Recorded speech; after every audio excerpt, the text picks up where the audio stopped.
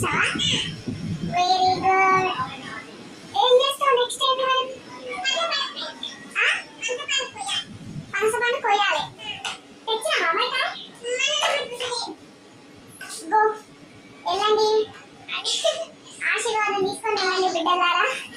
వెళ్ళి ఆ కాయ కోసుకొని రండి. అదైతే ఇక లేదు ఫ్రెండ్స్, కొంచెం ముందుకైతే ఉంటది ఆ పనసకాయ చెట్టు అయితే. అది తెలియకుండా కోసుకొని వస్తారంట వాళ్ళకి. చూద్దాం, తెచ్చిన తర్వాత అయితే కంపల్సరీ వీడియో చేస్తాం.